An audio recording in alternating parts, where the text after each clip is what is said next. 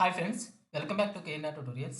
ఈ వీడియోలో మనం ఆర్ఆర్బీ గ్రూప్ టీకి సంబంధించి 5th ఆగస్ట్ షిఫ్ట్ 1కి సంబంధించినటువంటి క్వశ్చన్స్ అనాలిసిస్ చూద్దాం. ఎవరైనా మన ఛానల్ని ఫస్ట్ టైం చూస్తున్నట్లయితే తప్పకుండా ఛానల్ని సబ్స్క్రైబ్ చేసుకొని వీడియోని లైక్ చేయండి. నేను ఈ వీడియోకి 1000 లైక్స్ అనేవి టార్గెట్ ఇస్తున్నాను. చాలామంది చూస్తున్నారు కానీ లైక్ చేయట్లేదు. తప్పకుండా లైక్ చేయడానికి ట్రై చేయండి. సో ఎందుకంటే మాకు కొంచెం మోటివేషన్గా ఉంటుంది. సో అదేవిధంగా మీకు ఒక విషయం చెప్పాలి. చాలామంది ఏమడుగుతున్నారంటే కామెంట్ సెక్షన్లో, సో అన్న కొంచెం తొందరగా వీడియోస్ పెట్టండి అని అడుగుతున్నారు. సో గుర్తుపెట్టుకోండి, నేను చేసేటటువంటి వీడియోస్ అనేవి కొంచెం ఏదైతే అక్యురసీ కోసం ట్రై చేస్తానో, అంటే ట్రాన్స్పరెన్సీ కోసం ట్రై చేస్తానో, సో ఎక్కువ క్వెషన్స్ ఇవ్వడానికి, అదేవిధంగా కొంచెం ఎక్స్‌ప్లనేషన్ ఇవ్వడానికి ట్రై చేస్తాను. నెక్స్టు కొన్ని హిందీ ఛానెల్స్ పైన కూడా రీసెర్చ్ చేసి, వాటిని కూడా విన్న తర్వాత మనకి ఎక్కువ క్వెషన్స్ అనేవి గ్యాదర్ చేసి, నెక్స్ట్ క్వెషన్స్ అనేవి రియలా? కాదా? అనేది ఎంక్వైరీ చేసుకున్న తర్వాతనే నేను వీడియో చేయడం జరుగుతుంది. సో అలా కాకుండా కేవలం ఆన్సర్ ఇచ్చేసి మీకు ఏదో క్వెషన్ ఇచ్చేసి చేస్తే జస్ట్ ఒక 10, 15 మినిట్స్‌లో చాలా వీడియోస్ చేయొచ్చు. కాకపోతే మన వీడియోస్ అనేవి కొంచెం లెంతీగా ఉంటాయి. ఎందుకు అంటే మనం కొంచెం ఎక్స్‌ప్లనేషన్ ప్రొవైడ్ చేయడానికి ట్రై చేస్తాం.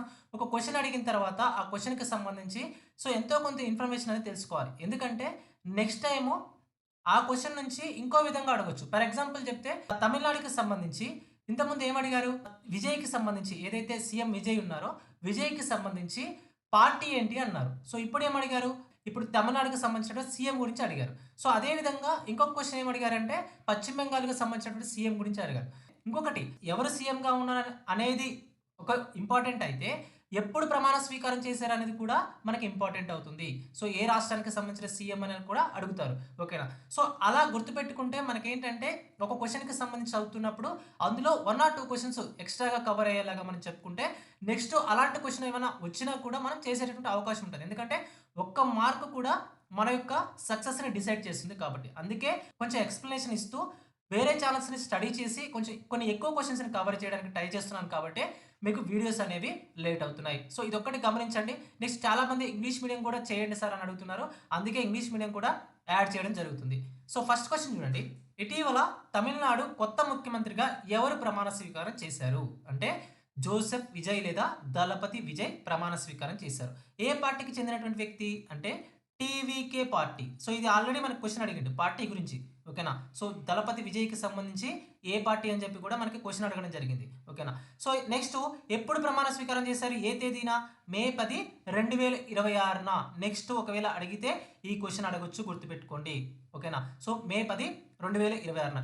ఎందుకు అడుగుతున్నారు అంటే మనకి టీవీకే పార్టీ అనేది కొత్త పార్టీ. కొత్తగా పెట్టినటువంటి పార్టీ. సో పెట్టిన మొదటి విడతలోనే ఆ పార్టీ అనేది విజయం సాధించి ముఖ్యమంత్రి పదవి అనేది పొందడం జరిగింది. సో నెక్స్ట్ ఎప్పుడు స్థాపించారు టీవీకే పార్టీని? అంటే 2024లో స్థాపించారు. 2024లో స్థాపించి 2026లో వారు అధికారంలోకి రావడం జరిగింది. So very very important. TVK పార్టీని ఎప్పుడు స్థాపించారని కూడా నెక్స్ట్ అడిగేటటువంటి అవకాశం ఉంటది, గుర్తుపెట్టుకోండి. నెక్స్ట్ విజయ్ తమిళనాడు సీఎంగా ఎప్పుడు ప్రమాణ స్వీకారం చేశారని కూడా అడుగుతారు. మే 10, 2026న ప్రమాణ స్వీకారం చేయడం జరిగింది. సో ఈ విధంగా మనం కొన్ని పాయింట్స్ గనుక కవర్ చేసుకోగలిగితే నెక్స్ట్ ఎందుకంటే ఆర్ఆర్‌బీ ఏం చేస్తుందంటే ఒక టాపిక్ గనుక ఇంపార్టెంట్ టాపిక్ అని తీసుకొని అందులో నుంచి కనుక క్వెషన్స్ ఇస్తే నెక్స్ట్ ఆ టాపిక్స్‌నే ఫాలో అవుతుంది. అందుకే మనం ఆ టాపిక్స్ సంబంధించి కొంచెం ఇన్ఫర్మేషన్ గనుక తెలుసుకుంటే నెక్స్ట్ క్వెషన్ ఏ విధంగా వచ్చినా చేయొచ్చు దానికి సంబంధించి. ఓకేనా? సో అందుకే వీడియో అనేది వస్తుంది లేట్ అయినా కూడా. కాకపోతే ఎక్కువ ఇన్ఫర్మేషన్‌తో వస్తుంది. ఓకేనా? నెక్స్ట్ క్వెషన్ చూడండి. నెక్స్ట్ క్వెషన్ చూడండి. ఇటీవల విడుదలైన క్లైమేట్ చేంజ్ పెర్ఫార్మెన్స్ ఇండెక్స్, దాన్నే సీసీపీఐ అంటాం, లో 13 స్థానాలు దిగజారి భారతదేశం ఏ ర్యాంకుకు పడిపోయింది? 2025 సీసీపీఐ ర్యాంక్‌తో పోలిస్తే మనకి 2026 సీసీపీఐ ర్యాంక్‌లో భారత్ అనేది 13 స్థానాలు కోల్పోయింది. 13 స్థానాలు కోల్పోయి మనకి ఎన్నో స్థానంలో నిలిచిందంటే మనకి 2026లో 23వ స్థానంలో నిలిచింది.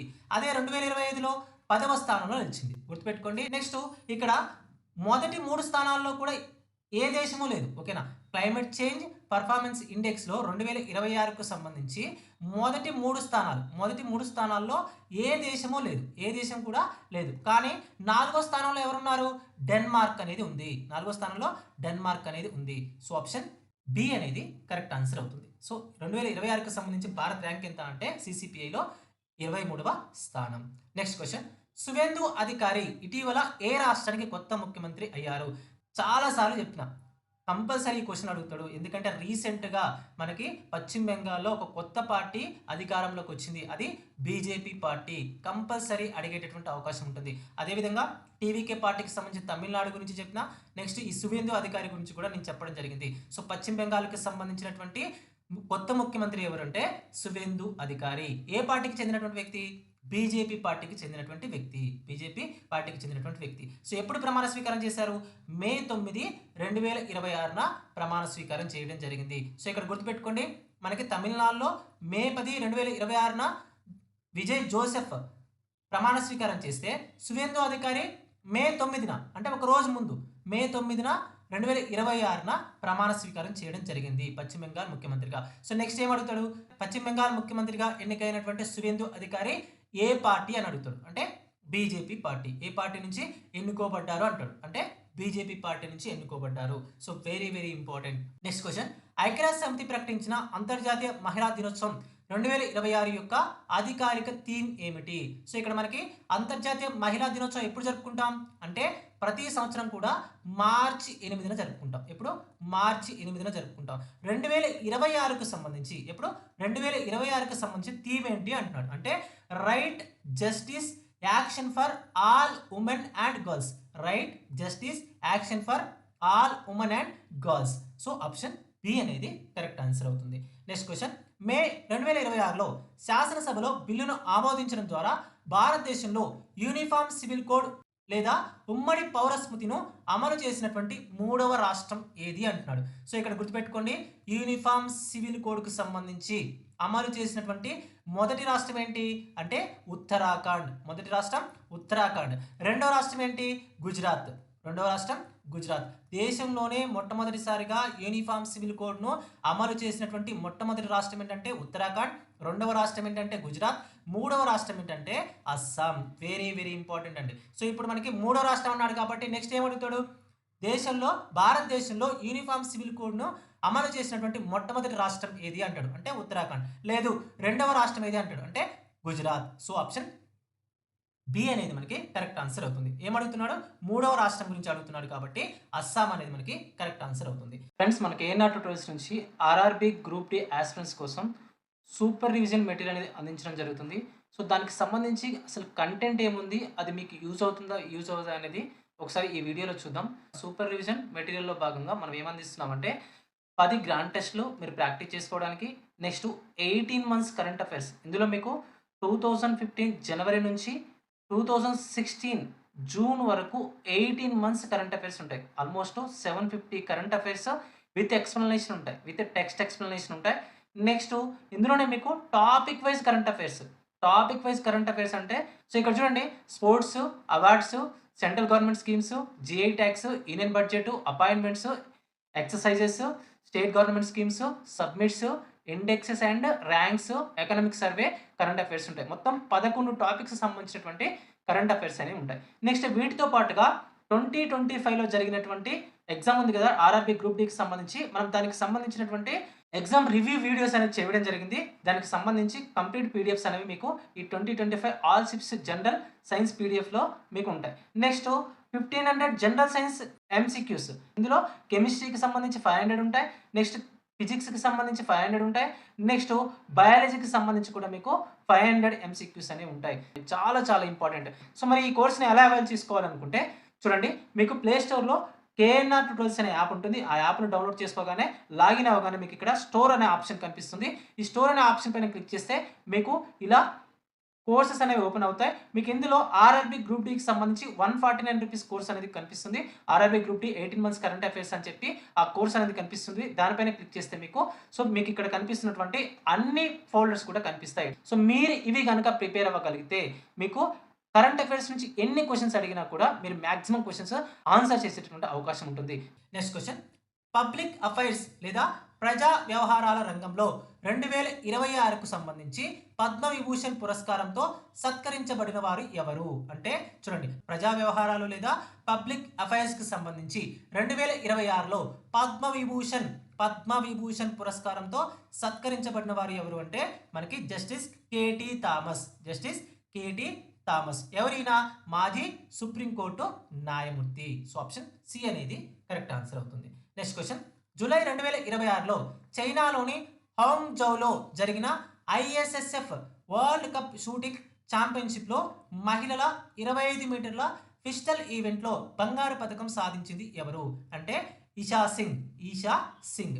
గుర్తుపెట్టుకోండి, 2026కి సంబంధించి మనకి ఐఎస్ఎస్ఎఫ్ వరల్డ్ కప్ షూటింగ్ అనేది ఎక్కడ జరిగింది? ISSF world cup shooting championship అనేది ఎక్కడ జరిగిందంటే చైనాలోని హాంగ్జౌలో జరిగింది. సో దీంట్లో మనకి మహిళల 25 మీటర్ల పిస్టల్ ఈవెంట్లో బంగారు పథకం సాధించింది ఎవరు అంటే మనకి Isha Singh. So next question ఏమడుగుతాడు అంటే ISSF world cup shooting championship 2026 ఎక్కడ జరిగింది అంటాడు. అంటే చైనాలోని హాంగ్జౌలో జరిగింది. మే 2026లో బ్రిక్స్ దేశాల విదేశాంగ మంత్రుల సమావేశం ఎక్కడ జరిగింది అంటే న్యూఢిల్లీలో జరిగింది. భారతదేశంలోని న్యూఢిల్లీలో జరిగింది. 2026కు సంబంధించి బ్రిక్స్ యొక్క విదేశాంగ మంత్రుల యొక్క సమావేశం అనేది ఎక్కడ జరిగిందంటే న్యూఢిల్లీలో జరిగింది. ఎక్కడ జరిగింది? న్యూఢిల్లీలో జరిగింది. గుర్తుపెట్టుకోండి, very very important. Next question ఏమడుగుతాడు అంటే న్యూఢిల్లీలో జరిగినటువంటి బ్రిక్స్ విదేశాంగ మంత్రుల సమావేశానికి అధ్యక్షత వహించింది ఎవరు అంటాడు. అంటే డాక్టర్ ఎస్ జయశంకర్ అధ్యక్షత వహించడం జరిగింది. ఆప్షన్ బి అనేది మనకి కరెక్ట్ ఆన్సర్ అవుతుంది. ఏమడుగుతున్నాడంటే 2026కి సంబంధించి బ్రిక్స్ దేశాల యొక్క విదేశాంగ మంత్రుల సమావేశం ఎక్కడ జరిగిందంటే న్యూఢిల్లీలో జరిగింది. Option B is the correct answer. Next question March 2026లో జరిగిన 21వ ఆసియా ఫుట్బాల్ కాన్ఫెడరేషన్ ఏఎఫ్సి అంటాం మహిళల ఆసియా కప్ టోర్నమెంట్కు ఆతిథ్యం ఇచ్చిన దేశం ఏది అంటే Australia.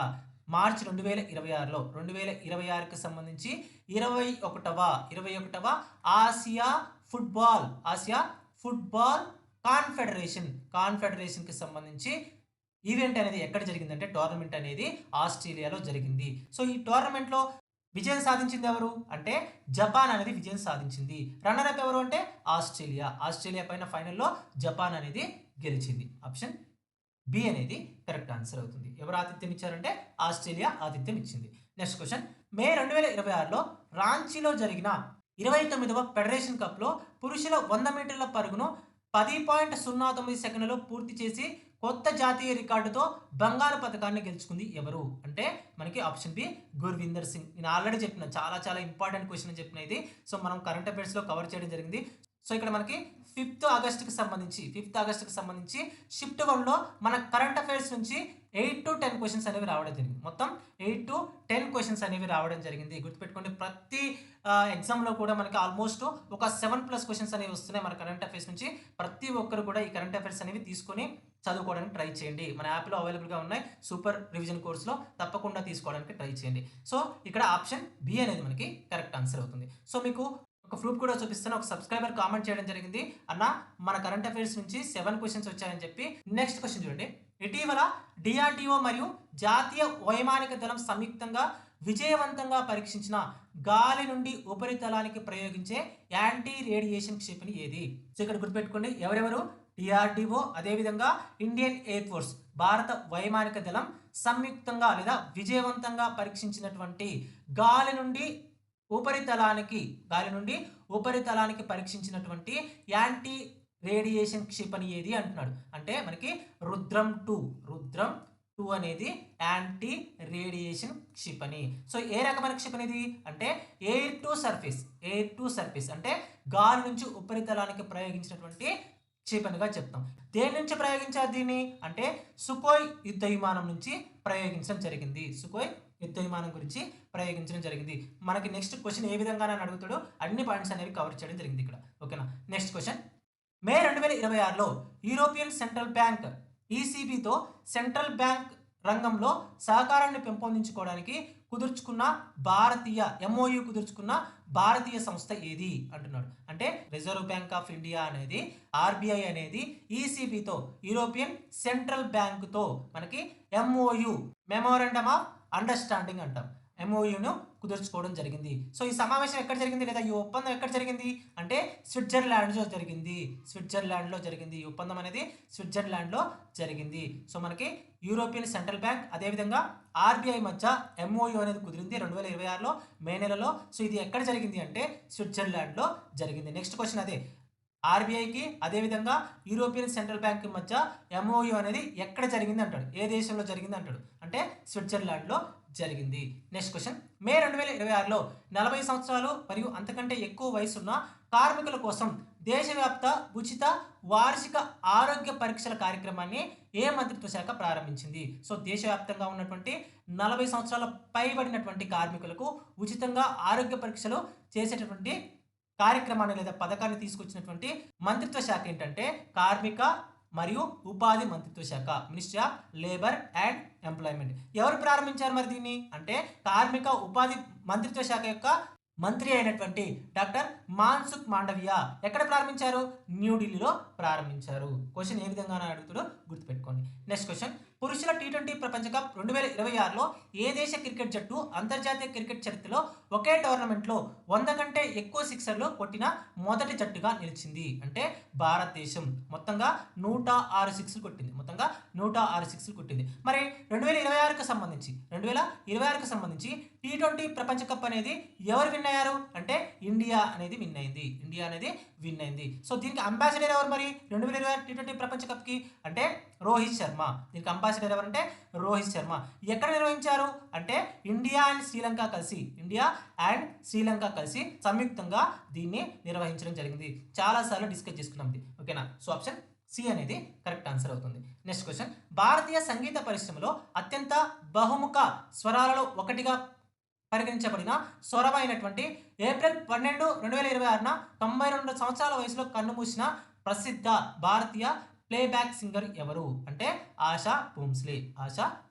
Option B is the correct answer. Next question, ఇటీవల ఇస్రో ప్రయోగించిన IMEX 2026 ఇండియన్ మైక్రోగ్రావిటీ ఎక్స్పెరిమెంట్స్ చొరవ యొక్క ప్రాథమిక లక్ష్యం ఏమిటి అంటున్నాడు. అంటే చూడండి, ఇస్రో ఇటీవల దేన్ని స్టార్ట్ చేసింది? ఏ ఇనిషియేటివ్ స్టార్ట్ చేసిందంటే IMEX 2026 అనేటటువంటి ఇనిషియేటివ్ని లేదా చొరవను స్టార్ట్ చేసింది. IMEX అంటే ఏంటి? ఇండియన్ మైక్రోగ్రావిటీ ఎక్స్పెరిమెంట్ అంటాం. సో దీన్ని ఎందుకోసం ఏ లక్ష్యంతో స్టార్ట్ చేశారో అంటున్నాడు. అంటే మైక్రోగ్రావిటీ లేదా సూక్ష్మ గురుత్వాకర్షణలో ప్రయోగాలు చేయడం కోసం దీన్ని స్టార్ట్ చేయడం జరిగింది. దేనికోసం అంటే మైక్రోగ్రావిటీ లేదా సూక్ష్మ గురుత్వాకర్షణ గురించి ప్రయోగాలు చేయడానికి దీన్ని స్టార్ట్ చేయడం జరిగింది. Option B is the correct answer. Next question, భారత ప్రభుత్వం యొక్క నమామి గంగే మిషన్ ఐక్యరాజ్య సమితి నిర్దేశించిన 17 సుస్థిరాభివృద్ధి లక్ష్యాలలో ప్రధానంగా దేనిని సాధించడానికి తోడ్పడుతుంది? సో మనకి నమామి గంగే అనేది దేనికోసం స్టార్ట్ చేశారు అంటే గంగా నది యొక్క ప్రక్షాళన కోసం స్టార్ట్ చేసినటువంటి ప్రాజెక్టే మనకి నమామి గంగే ప్రాజెక్టు. సో ఈ ప్రాజెక్ట్ అనేది మనకి 17 సుస్థిరాభివృద్ధి లక్ష్యాలలో దేనిని సాధించడానికి తోడ్పడుతుంది అంటున్నాడు. అంటే మనకి సస్టైనబుల్ డెవలప్మెంట్ గోల్ 6 అనేది అంటే సుస్థిరాభివృద్ధి లక్ష్యం 6ని సాధించడం కోసం ఇది తోడ్పడుతుంది. సో మరి SDG 6 ఏంటి? మనకి క్లీన్ వాటర్ అండ్ శానిటేషన్ అంటే ప్రజలందరికీ కూడా స్వచ్ఛమైనటువంటి నీటిని అదేవిధంగా పరిశుభ్రమైనటువంటి పరిసరాలను అందించడమే ఈ SDG 6 యొక్క ముఖ్య ఉద్దేశంగా చెప్తాం. ఆప్షన్ బి అనేది కరెక్ట్ ఆన్సర్ అవుతుంది. నెక్స్ట్ క్వశ్చన్, మొక్కలలో మట్టి నుండి నీరు మరియు అవసరమైన ఖనిజ లవణాల శోషణ ప్రధానంగా ఏ భాగం ద్వారా జరుగుతుంది అంటే మూలకేశాల ద్వారా. అంటే చూడండి, వేర్ల ద్వారా జరుగుతుంది. నాకు కరెక్ట్గా ఆప్షన్స్ అనేవి ఐడియా లేదు. రూట్ ఎయిర్స్ అని ఇచ్చారా లేకపోతే ఎయిర్లు అని ఇచ్చారా అనేది ఐడియా లేదు. కాకపోతే మనకి ఇక్కడ మామూలుగా అయితే చెప్పుకుంటే వేర్ల ద్వారా అని చెప్తాం. కానీ వేర్ల పైన చిన్న చిన్న నిర్మాణాలు ఉంటాయి. రూట్స్ పైన చిన్న చిన్న నిర్మాణాలు అనేవి ఉంటాయి. కేశాల వంటి నిర్మాణాలు, హెయిర్ వంటి నిర్మాణాలు ఉంటాయి. వీటిని ఏమంటామంటే రూట్ హెయిర్స్ అంటాం. రూట్ ఎయిర్స్ లేదా మూలకేశాలు అంటాం. ఫర్ ఎగ్జాంపుల్ ఇలా రూట్స్ ఉన్నాయనుకోండి. సో ఈ రూట్స్ పైన చిన్న చిన్న మూలకేశాలు లాంటివి ఉంటాయి. ఈ మూలకేశాలు ఉంటాయి. సో ఈ మూలకేశాలు ఏం చేస్తాయంటే మనకి భూమి నుంచి లవణాలు మరియు నీటిని గ్రహించి వేర్లకు అందిస్తాయి. సో ఈ వేర్లు అనేవి మొక్క మొత్తానికి ఈ నీటిని లేదా లవణాలను సరఫరా చేస్తాయి. సో మన కరెక్ట్ ఆన్సర్ ఏమవుతుంది? ఆప్షన్ సి అనేది కరెక్ట్ ఆన్సర్ అవుతుంది. నెక్స్ట్ క్వశ్చన్, వాతావరణంలో స్పష్టమైన ఆకాశం యొక్క రంగు నీలంగా కనిపించడానికి కారణం ఏమిటి? వాతావరణంలో స్పష్టమైన ఆకాశం యొక్క రంగు అనేది బ్లూ లేదా నీలం రంగులో కనిపించడానికి కారణం ఏంటి అంటున్నాడు. అంటే మనకి తక్కువ తరంగదైర్ఘ్యం ఉన్నటువంటి కాంతి అనేది ఎక్కువగా పరిక్షేపణం చెందడం వల్ల ఆకాశం అనేది నీలం రంగులో కనిపిస్తుంది. ఆప్షన్ ఏ అనేది కరెక్ట్ ఆన్సర్ అవుతుంది.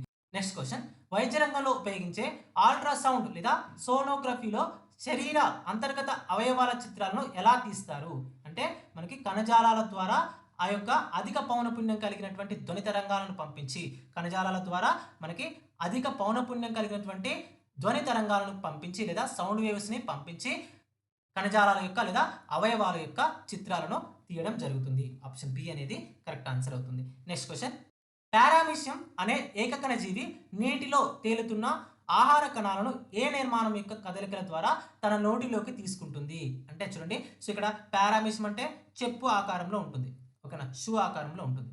సో ఈ విధంగా పారామీషియం ఉంటుంది.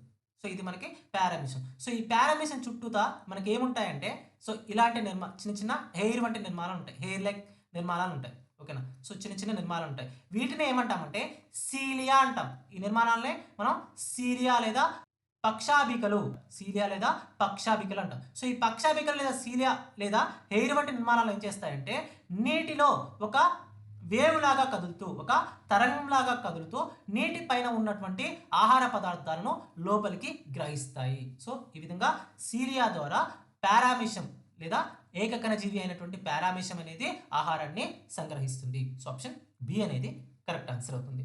నెక్స్ట్ క్వశ్చన్, ఒక విద్యుత్ ఉపకరణం 30 సెకండ్ల పాటు 85 వాట్ల సామర్థ్యాన్ని ఉపయోగిస్తే అది చేసిన మొత్తం పని ఎంత? సో ఇక్కడ మనకి ఏమి ఇచ్చారు? పవర్ ఇచ్చారు. పవర్ 85 వాట్స్, 85 వాట్స్ ఇచ్చారు. పవర్ అనేది మనకి ఎంత? 85 వాట్స్ ఇచ్చారు. నెక్స్ట్ టైం ఇచ్చారు ఎంత? 30 సెకండ్స్, 30 సెకండ్స్. సో ఒక విద్యుత్ ఉపకరణం అనేది 30 సెకండ్ల పాటు 85 వాట్ల సామర్థ్యాన్ని ఉపయోగిస్తే అది చేసినటువంటి మొత్తం పని ఏం కనుగొనమంటున్నాడు? Work identify చేయమంటాడు. మనకి ప్రిన్సిపల్ ఏంటి? Power is equal to work by time, work by time అవుతుంది. అప్పుడు వర్క్ ఈజ్ ఈక్వల్ టు ఏమవుతుంది? పవర్ ఇంటూ టైం అవుతుంది. సో అప్పుడు ఏం రాస్తాం? 85 ఇంటూ 30 రాస్తాం. 85 ఇంటూ 30 రాస్తాం. 85 ఇంటూ 30 అంటే 2550 అవుతుంది. 2550 జౌల్స్ అవుతుంది. సో ఆప్షన్ సి అనేది కరెక్ట్ ఆన్సర్ అవుతుంది. నెక్స్ట్ క్వశ్చన్, 20 సెంటీమీటర్ల నాభ్యంతరం ఉన్న కుంభాకార దర్పణం ముందు ఒక వస్తువును 40 సెంటీమీటర్ల దూరంలో ఉంచారు. దర్పణం ద్వారా ఏర్పడే ప్రతిబింబం ఎలా ఉంటుంది అంటున్నాడు. దర్పణం ద్వారా ఏర్పడే ప్రతిబింబం లేదా ఇమేజ్ ఎలా ఉంటుంది అంటున్నాడు. సో ఇక్కడ 20 సెంటీమీటర్ల నాభ్యంతరం లేదా ఫోకల్ లెంత్ ఇచ్చారు, ఎఫ్ ఇచ్చారు, స్మాల్ ఎఫ్ ఇచ్చారు. నెక్స్ట్ ఏమి ఇచ్చారు? ఒక వస్తువును 40 సెంటీమీటర్ల దూరంలో ఉంచారు అంటున్నాడు. అంటే దూరం ఇచ్చారు, అంటే మిర్రర్ నుంచి ఎంత దూరం ఉందో ఇచ్చారు, ఓకేనా. అది స్మాల్ యూ అవుతుంది. సో ఎఫ్ ఇచ్చారు, స్మాల్ యూ ఇచ్చారు. నెక్స్ట్ ఏం కనుక్కోవాలి మనం? వి ఐడెంటిఫై చేయాలి. విని ఐడెంటిఫై చేస్తే దర్పణం ద్వారా ఏర్పడే ప్రతిబింబం అనేది ఎలా ఉంటుంది అనేది మనకి ఐడెంటిఫై అవుతుంది. సో ఇక్కడ మనకి ఏమేమి ఇచ్చారు?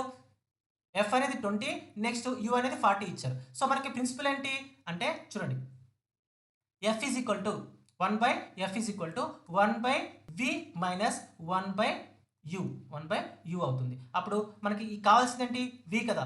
1/v is equal to 1/f plus 1/u అవుతుంది. సో మనకు ఆల్రెడీ వాల్యూస్ తెలుసు. 1/v is equal to 1/20 plus 1/40, 1/40 అవుతుంది. మనకి ఏమవుతుంది అప్పుడు అంటే చూడండి, so 1/v is equal to plus 0.33 అవుతుంది. So v is equal to అవుతుంది. సో మామూలుగా అయితే మనకి 1/v ఈజ్ ఈక్వల్ టు ఏమవుతుంది అని అంటే 1/v ఈజ్ ఈక్వల్ టు ఏమవుతుందంటే మైనస్ 0.33 అవుతుంది. Next v is equal to ఏమవుతుందంటే ప్లస్ 0.33 అవుతుంది, ప్లస్ 0.33 అవుతుంది. సో ఇక్కడ ప్లస్ సింబల్ ఉందంటే, ప్లస్ సింబల్ ఉంది అంటే ప్రతిబింబం అనేది ఎలా ఏర్పడుతుందంటే నిటారుగా ఏర్పడుతుంది, ఓకేనా. సో ఇక్కడ ప్లస్ సింబల్ ఉంటే ప్రతిబింబం నిటారుగా ఏర్పడుతుంది. అదే మనకి మైనస్ సింబల్ ఉంటే ప్రతిబింబం అనేది తలకిందులుగా ఏర్పడుతుంది. సో ఆప్షన్ బి అనేది మనకి కరెక్ట్ ఆన్సర్ అవుతుంది. సో దర్పణం వెనుక మనకి ప్రతిబింబం అనేది నిటారుగా ఏర్పడుతుంది. సో ఆప్షన్ బి అనేది కరెక్ట్ ఆన్సర్ అవుతుంది. నెక్స్ట్ క్వశ్చన్, రాగి పొడిని గాలిలో బాగా వేడి చేసినప్పుడు దాని ఉపరితలంపై ఏర్పడే నల్లటి పదార్థం ఏది? సో ఇక్కడ ఏమంటున్నాడు? రాగి పొడి అంటున్నాడు. అంటే కాపర్ పౌడర్ని వాతావరణంలో వేడి చేసినట్టు, అంటే గాలిలో వేడి చేస్తున్నారు. ఎక్కడ? హెయిర్లో వేడి చేస్తున్నారు. హెయిర్లో వేడి చేసినప్పుడు మనకేమవుతుందంటే ఈ కాపర్ అనేది ఆక్సిజన్తో చర్య జరిపి మనకి నల్లటి కాపర్ ఆక్సైడ్ ఏర్పడుతుంది. నల్లటి కాపర్ ఆక్సైడ్ని ఏర్పరుస్తుంది. సో ఆప్షన్ బి అనేది కరెక్ట్ ఆన్సర్ అవుతుంది. కాపర్ ఆక్సైడ్ అనేది కరెక్ట్ ఆన్సర్ అవుతుంది. నెక్స్ట్ క్వశ్చన్, అమ్మోనియా అణువులో నైట్రోజన్ మరియు హైడ్రోజన్ ద్రవ్యరాశుల నిష్పత్తి ఎంత? సో ఇక్కడ మనకి NH3 అణువులో నైట్రోజన్కి సంబంధించి అదేవిధంగా హైడ్రోజన్కి సంబంధించినటువంటి ద్రవ్యరాశుల నిష్పత్తి అడుగుతున్నాడు. ఎన్ని నైట్రోజన్ ఉన్నాయి? ఒక నైట్రోజన్ ఉంది. నెక్స్ట్ ఎన్ని హైడ్రోజన్స్ ఉన్నాయి? 3 హైడ్రోజన్స్ ఉన్నాయి. ఇక్కడ నైట్రోజన్ యొక్క పరమాణు ద్రవ్యరాశి ఎంత అంటే 14, 1 × 14 అంటాం. నెక్స్ట్ హైడ్రోజన్ యొక్క పరమాణు ద్రవ్యరాశి ఎంత? 1. ఓకేనా? సో అప్పుడు 1 × 14 అంటే 14, 14:3 అవుతుంది. 3 × 1 అంటే 1 అవుతుంది. 14:3 అనేది మనకి NH3 అణువులో నైట్రోజన్ అండ్ హైడ్రోజన్ యొక్క ద్రవ్యరాశుల యొక్క నిష్పత్తి అవుతుంది. సో ఆప్షన్ బి అనేది కరెక్ట్ ఆన్సర్ అవుతుంది. నల్లటి కాపర్ ఆక్సైడ్ను సజల హైడ్రోక్లోరిక్ ఆమ్లంతో చర్య జరిపినప్పుడు ఏర్పడే ద్రావణం రంగు ఏమిటి? సో ఇక్కడ ఏమంటున్నాడు? నల్లటి కాపర్ ఆక్సైడ్. ఇంతకుముందే చెప్పాను కదా, ఎప్పుడైనా మనకి కాపర్ పౌడర్ను గాలితో మండించినప్పుడు మనకి ఏమొస్తుంది? కాపర్ ఆక్సైడ్ వస్తుంది. ఇది ఎలా ఉంటుంది? ఏ కలర్లో ఉంటుంది? నల్లటి రంగులో ఉంటుంది. సో ఇంతకుముందు క్వశ్చన్లో చెప్పుకున్నాం కదా, నల్లటి రంగులో ఉంటుంది. సో దీన్ని దేంతో చర్య జరిపిస్తున్నాడు? HClతో చర్య జరిపిస్తున్నాడు. HClతో చర్య జరిపిస్తే మనకి ఏమొస్తుందంటే కాపర్ క్లోరైడ్ CuCl2, అదేవిధంగా వాటర్ వస్తుంది, H2O అనేది వస్తుంది. సో ఆప్షన్ సి అనేది కరెక్ట్ ఆన్సర్ అవుతుంది. సో ఇక్కడ CuCl2 అనేది ఏ రంగులో ఉంటుంది?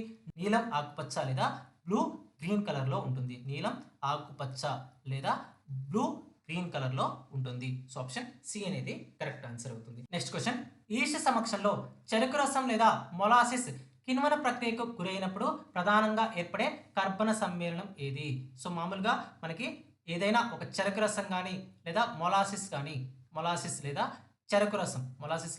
చెరుకు రసం అనేది ఈస్ట్ సమక్షంలో కిణ్వన ప్రక్రియ లేదా ఫెర్మెంటేషన్కు లోనైతే మనకి ఏ పదార్థం ఏర్పడుతుందంటే, ఏ కాంపౌండ్ ఏర్పడుతుందంటే ఇథైల్ ఆల్కహాల్ C2H5OH అనేది ఏర్పడుతుంది.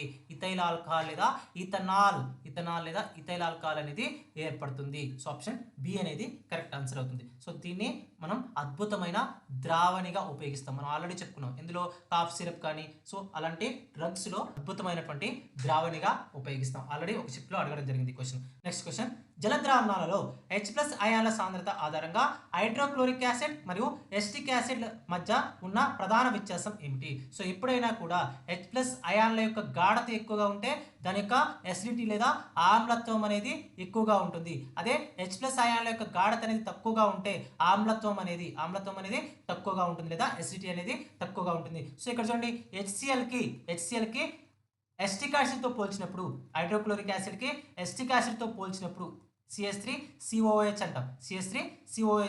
సో ఎప్పుడైనా HClకి ఎక్కువ హైడ్రోజన్ అయాన్ల యొక్క గాఢత ఉంటుంది, H+ అయాన్ల యొక్క గాఢత అనేది ఎక్కువగా ఉంటుంది. అదే CH3COOHకి లేదా ఎస్టిక్ యాసిడ్కి తక్కువ హైడ్రోజన్ అయాన్ల యొక్క గాఢత అనేది ఉంటుంది. సో ఆల్రెడీ చెప్పుకున్నాం కదా, దేనికైతే H+ అయాన్ల గాఢత ఎక్కువగా ఉంటుందో దానికి ఆమ్లత్వం లేదా అసిడిటీ అనేది ఎక్కువగా ఉంటుందని చెప్పుకున్నాం. సో రెండు కూడా మనకి యాసిడ్సే, కాకపోతే HClకి ఎక్కువ అయాన్ల గాఢత ఉంటుంది, H+ అయాన్ల గాఢత, కాబట్టి దానికి ఎక్కువ అసిడిటీ ఉంటుంది.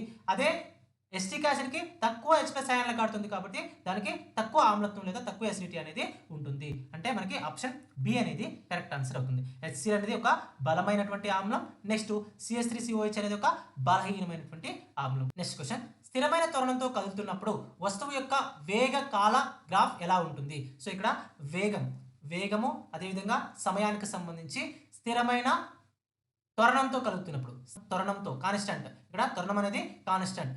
ఒక వస్తువు స్థిరమైనటువంటి త్వరణంతో కదులుతున్నప్పుడు వేగము మరియు కాలాల మధ్య గ్రాఫ్ గీసినప్పుడు ఆ రేఖ ఎలా ఉంటుందంటే మనకి ఒక సరళ రేఖ లాగా ఉంటుంది. ఓకేనా? ఒక స్ట్రైట్ లైన్ లాగా ఉంటుంది. ఆప్షన్ బి అనేది కరెక్ట్ ఆన్సర్ అవుతుంది. నెక్స్ట్ క్వశ్చన్, సంతృప్త హైడ్రోకార్బన్లను గాలిలో మండించినప్పుడు అవి సాధారణంగా ఎలాంటి మంటను ఏర్పరుస్తాయి? సో నీలం లేదా స్వచ్ఛమైనటువంటి మంటను ఏర్పరుస్తాయి, బ్లూ అండ్ క్లీన్ ఫ్లేమ్ ని ఏర్పరుస్తాయి. సంతృప్త హైడ్రోకార్బన్ అంటే సింగిల్ బాండ్ ఉన్నటువంటి ఆర్గానిక్ కాంపౌండ్స్ ని మనం సంతృప్త హైడ్రోకార్బన్లు అంటాం. సింగిల్ బాండ్ ఉంటే అది సంతృప్త హైడ్రోకార్బన్, డబుల్ బాండ్ లేదా ట్రిపుల్ బాండ్ ఉంటే అది అసంతృప్త హైడ్రోకార్బన్. ఇక్కడ సంతృప్త హైడ్రోకార్బన్లను గాలిలో మండించినప్పుడు మనకి బ్లూ ఫ్లేమ్ అనేది వస్తుంది, బ్లూ ఫ్లేమ్ లేదా క్లీన్ ఫ్లేమ్ అనేది వస్తుంది. అదే అసంతృప్త హైడ్రోకార్బన్లను మండిస్తే గాలిలో అది మనకి మసిమంట, మసిమంట లేదా పసుపు రంగు మంటను ఏర్పరుస్తుంది. మసిమంట లేదా పసుపు రంగు మంటను ఏర్పరుస్తుంది. సో ఆప్షన్ బి అనేది కరెక్ట్ ఆన్సర్ అవుతుంది. నెక్స్ట్ క్వశ్చన్, పరమాణు కేంద్రకంలో ఉండే ప్రోటాన్లు మరియు న్యూట్రాన్ల మొత్తం సంఖ్యను ఏమంటారు? మనం చాలా సార్లు చెప్పుకున్నాం. ఎప్పుడైనా పరమాణు కేంద్రకంలో ఉన్నటువంటి ప్రోటాన్లు మరియు న్యూట్రాన్ల యొక్క మొత్తం సంఖ్యను ఏమంటామంటే ద్రవ్యరాశి సంఖ్య, ద్రవ్యరాశి సంఖ్య లేదా పరమాణు ద్రవ్యరాశి అంటాము. సో ఆప్షన్ బి అనేది కరెక్ట్ ఆన్సర్ అవుతుంది. సో మాస్ నెంబర్ లేదా అటామిక్ మాస్ అని పిలుస్తాం. నెక్స్ట్ క్వశ్చన్, భారత ఆర్థిక సర్వే 2026-2027 ఆరోగ్య విభాగంలో జీవనశైలికి సంబంధించి ఏ ప్రధాన వ్యాధి లేదా సమస్యపై ప్రత్యేక ఆందోళన వ్యక్తం చేశారు? అంటే మనకి పోషకాహార లోపం, అదేవిధంగా ఊబకాయం పైన, mall nutrition, head and hunger, అదేవిధంగా ఒబిసిటీ పైన 2026-2027 భారత ఆర్థిక సర్వేలో జీవనశైలికి సంబంధించి ప్రత్యేక ఆందోళన వ్యక్తం చేయడం జరిగింది. సో ఆప్షన్ బి అనేది కరెక్ట్ ఆన్సర్ అవుతుంది. నెక్స్ట్ క్వశ్చన్, వృక్షశాస్త్రం ప్రకారం శాఖీయ ప్రత్యుత్పత్తికి సంబంధించి కింది వాటిలో సరికాని వాక్యం ఏది? సో ఎప్పుడైనా కూడా శాఖీయ ప్రత్యుత్పత్తి అంటే ఏంటి?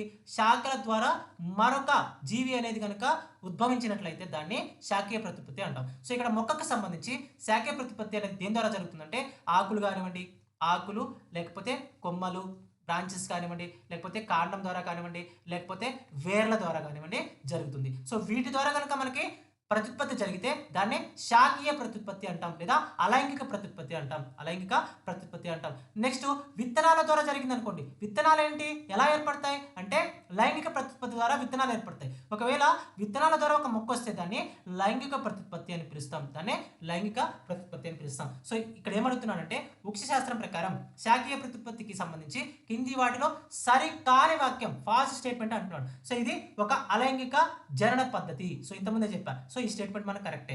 నెక్స్ట్, ఇందులో విత్తనాలు లేకుండానే కొత్త మొక్కలు ఏర్పడతాయి. ఎస్, విత్తనాలు లేకుండానే మనకి కొత్త మొక్కలు అనేవి కాండం ద్వారా కానీ, లేకపోతే కొమ్మల ద్వారా కానీ, లేకపోతే వేర్ల ద్వారా కానీ, ఆకుల ద్వారా కానీ ఏర్పడతాయి. నెక్స్ట్, రణపాలకు సంబంధించి ఆకుల నుంచి వచ్చేటటువంటి బొడిపెలు ఉంటాయి కదా, చిన్న చిన్న బొడిపెలు ఉంటాయి. సో దానికి సంబంధించి మనకి శాఖీయ ప్రత్యుత్పత్తి అనేది జరుగుతుంది. నెక్స్ట్ స్టేట్మెంట్ సి చూడండి, ఇందులో కొత్త మొక్కల అభివృద్ధి విత్తనాల ద్వారా జరుగుతుంది. సో ఈ స్టేట్మెంట్ అనేది రాంగ్ అవుతుంది. ఎందుకంటే విత్తనాల ద్వారా జరిగితే దాన్ని శాఖీయ ప్రత్యుత్పత్తి అనం, అది మనకి లైంగిక ప్రత్యుత్పత్తి అవుతుంది. లైంగిక ప్రత్యుత్పత్తి అవుతుంది.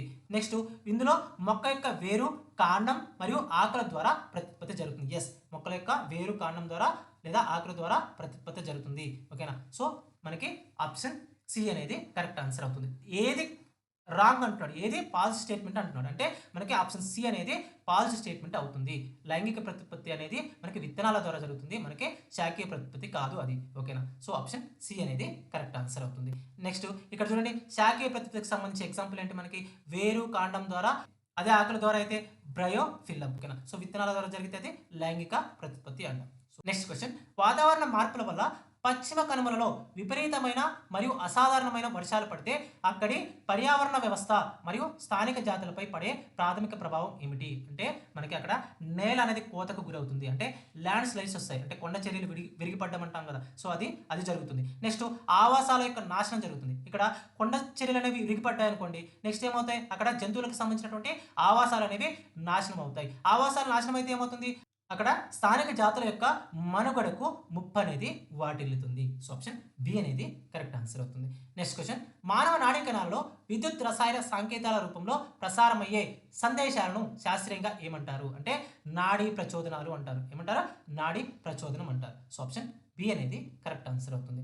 నెక్స్ట్ క్వశ్చన్ చూడండి, కింది వాటిలో నిజ ద్రావణంకు సంబంధించని లక్షణం ఏది? నిజ ద్రావణముకు సంబంధించిన లక్షణం. ఓకేనా? So not a character of property of true solution అంటున్నాడు. నాట్ ఏ క్యారెక్టర్, సంబంధించని లక్ష్యం అంటున్నాడు. అంటే మనకి వడపోత పద్ధతి ద్వారా దానిలోని ద్రావిత కణాలను వేరు చేయొచ్చు. గుర్తుపెట్టుకోండి, నిజ ద్రావణాలకు సంబంధించి మనం వడపోత పద్ధతి ద్వారా నిజ ద్రావణాల్లోనే ద్రావిత కణాలను వేరు చేయలేము. ఎందుకంటే ఫర్ ఎగ్జాంపుల్ మీరు వాటర్ తీసుకొని దానిలో సాల్ట్ కనుక కరిగించారనుకోండి, సో తర్వాత వడపోసే సాల్ట్ వేరవుతుందా? కాదు కదా. సో అది మనకి నిజ ద్రావణం అవుతుంది. కాబట్టి మనం నిజ ద్రావణాలను వడపోత ద్వారా అందులోనే కణాలను, ద్రావిత కణాలను వేరు చేయలేము. సో ఆప్షన్ బి అనేది మనకి కరెక్ట్ ఆన్సర్ అవుతుంది. నెక్స్ట్ క్వశ్చన్, ప్రయోగశాలలో ఒక కర్బన సమ్మేళనం సంతృప్తమైనదా లేదా అసంతృప్తమైనదా అని గుర్తించడానికి ప్రధానంగా ఏ రసాయన పరీక్షను ఉపయోగిస్తారు? సో ఇక్కడ మనకి సంతృప్త హైడ్రోకార్బన్స్ అంటే సింగిల్ బాండ్ ఉంటుంది. ఓకేనా, సింగిల్ బాండ్ ఉంటే అది సింగిల్ బాండ్ ఉంటే సంతృప్త అవుతుంది. అదే మనకి డబుల్ బాండ్ లేదా ట్రిపుల్ బాండ్ ఉంటే అసంతృప్త అవుతుంది. గుర్తుపెట్టుకోండి, అసంతృప్త. ఓకేనా, సో ఇక్కడ అసంతృప్త హైడ్రోకార్బన్లు అనేవి మనకి బ్రోమిన్ వాటర్తో చర్య జరుపుతాయి. నెక్స్ట్ అదే బేయర్స్ టెస్ట్ అనేది ఇస్తాయి. ఓకేనా, అసంతృప్త హైడ్రోకార్బన్ అనేవి బ్రోమిన్ వాటర్తో చర్య జరుపుతాయి. అదేవిధంగా బేయర్స్ టెస్ట్ అనేది ఇస్తాయి. కానీ సంతృప్త హైడ్రోకార్బన్ అనేవి బ్రోమిన్తో చర్య జరపవు, బ్రోమిన్ వాటర్తో చర్య జరపవు. అదేవిధంగా బేయర్స్ టెస్ట్ అనేది ఇవ్వవు. సో ఆప్షన్ ఏ అనేది మనకి కరెక్ట్ ఆన్సర్ అవుతుంది. అంటే మనం ఒక సమ్మేళనం అనేది సంతృప్తమైనదా లేదా అసంతృప్తమైనదా అని కనుక్కోవడానికి బ్రోమిన్ టెస్ట్ చేస్తాం, అదేవిధంగా బేయర్స్ టెస్ట్ చేస్తాము. సో ఆప్షన్ ఏ అనేది మనకి కరెక్ట్ ఆన్సర్ అవుతుంది. సో ఇవి మనకి 5th ఆగస్ట్ షిఫ్ట్ 1కి సంబంధించినటువంటి క్వశ్చన్స్. అదేవిధంగా చాలా క్వశ్చన్స్ అనేవి మన కరెంట్ అఫైర్స్ నుంచి రిపీటెడ్గా అడుగుతున్నారు. సో తప్పకుండా కరెంట్ అఫైర్స్ కోసమైనా కోర్స్ తీసుకోవడానికి ట్రై చేయండి. ఓకేనా, సో అందులో నుంచి ఆల్మోస్ట్ మీకు ఎన్నైతే ఒక 10 క్వశ్చన్లు వస్తే 7 క్వశ్చన్స్ మన దాంట్లో నుంచి వస్తున్నాయి. ఎందుకంటే మనం 2025 జనవరి నుంచి 2026 జూన్ వరకు ఆల్మోస్ట్ 18 మంత్స్ కరెంట్ అఫైర్స్ స్పెషల్గా కవర్ చేసాం. అదేవిధంగా టాపిక్ వైజ్ కరెంట్ అఫైర్స్ కూడా కవర్ చేసాం. అందులో మీకు విన్యాసాలు కానివ్వండి, లేకపోతే సైన్స్ అండ్ టెక్నాలజీకి సంబంధించి కానివ్వండి, లేకపోతే అవార్డ్స్ కానివ్వండి, స్పోర్ట్స్కి సంబంధించి కానివ్వండి, ప్రతి ఒక్క టాపిక్ కూడా మనం కరెంట్ అఫైర్స్ రూపంలో స్పెషల్గా ఇవ్వడం జరిగింది. సో తప్పకుండా ప్రతి ఒక్కరు తీసుకోవడానికి ట్రై చేయండి. అదేవిధంగా మీకు ప్రతి గ్రాండ్ టెస్ట్ ఉండే ప్రాక్టీస్ చేసుకోవడానికి. సో ఆ కోర్సులో సో ప్రతిదీ కూడా మీకు ఇంపార్టెంట్ అంశం అనేది ఉంటుంది. సో తప్పకుండా ప్లే స్టోర్ నుంచి KNR ట్యూటర్స్ అనే యాప్ని డౌన్లోడ్ చేసుకుని మీరు ఆ కోర్సును తీసుకోవడానికి ట్రై చేయండి. అదేవిధంగా యాప్కి సంబంధించిన లింక్ అనేది కామెంట్ సెక్షన్లో ఉంటుంది. అక్కడ నుంచి కూడా మీరు యాప్ని డౌన్లోడ్ చేసుకుని ఈ కోర్సుని అవైల్ చేసుకోవచ్చు. సో మరొక వీడియోలో మరొక ఇంట్రెస్టింగ్ అప్డేట్తో మళ్ళీ కలుసుకుందాం. అందరికీ సెలవు. జై హింద్.